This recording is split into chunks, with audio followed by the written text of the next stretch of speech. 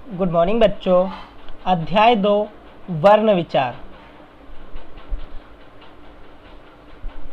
बच्चों, आपने देखा कि ऊपर दिए गए चित्रों के नीचे लिखे शब्द विभिन्न ध्वनियों के मेल से बने हैं। ये ध्वनियाँ इतनी छोटी है कि इनके और अधिक टुकड़े नहीं किए जा सकते। इन ध्वनियों को ही वर्ण कहते हैं। इस प्रकार हम कह सकते हैं कि भाषा की वह छोटी से छोटी ध्वनि जिसके टुकड़े ना किए जा सके वर्ण या अक्षर कहलाती है। वर्णमाला। वर्णों का एक निश्चित क्रम में लिखने पर वर्णमाला बनती है। हिंदी की वर्णमाला में कुल 48 वर्ण होते हैं जो निम्न प्रकार है। स्वर, व्यंजन। स्वर और व्यंजन के बारे में आप सभी जानते हैं, तो हम आगे बढ़ते हैं। वर्णों के भेद, इस चीज़ को हम ध्यानपूर्वक पढ़ेंगे और समझेंगे। हिंदी भाषा में वर्णों के 2 भेद होते हैं, स्वर तथा व्यंजन। स्वर, जिन वर्णों का उच्चारण स्वतंत्र रूप से होता है, अर्थात जिन्हें बोलने के लिए किसी अन्य वर्ण की सहायता नहीं लेनी पड़ती है, उन्हें स्वर कहते हैं। हिंदी भाषा में 11 स्वर होते हैं, जैसे अनार, आम, इमली, ईक, उल्लू, ऊन, ऋषि, एड़ी, ऐनक, ओखली, औरत।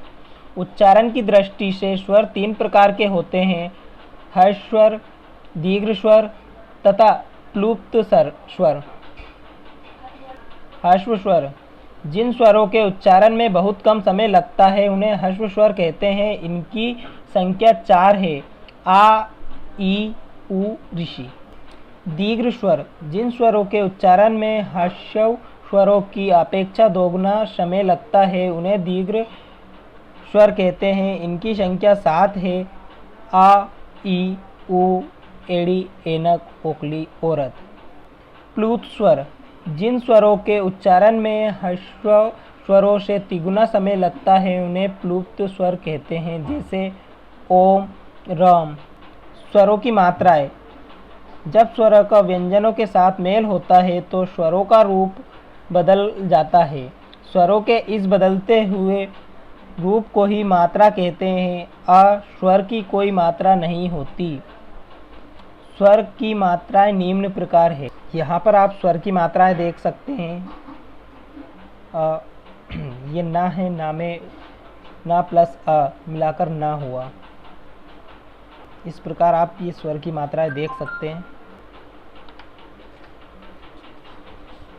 इसके बाद आएंगे आयोगवाह। आयोगवाह वे वर्ण होते हैं जो स्वरों के बाद तथा व्यंजनों से पहले आते हैं। ये निम्न प्रकार है। अनुस्वर, अंगूर को अनुस्वर कहते हैं। इसका उच्चारण नाक से होता है। इसका चिन्ह ये बिंदी जैसा होता है, ऊपर है। यह व्यंजन के ऊपर बिंदु के रूप में लगता है, जैसे कंघा, कंधा, बंदर, मंदिर आदि।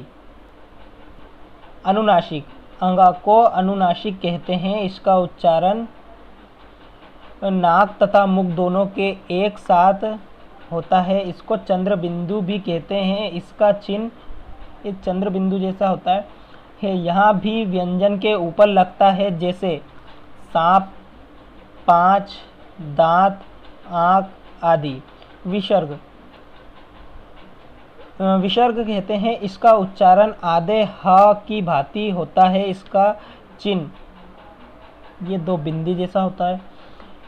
यह व्यंजन के बाद या बीच में लगता है, जैसे अता, नमा, प्राता, दुख आदि। व्यंजन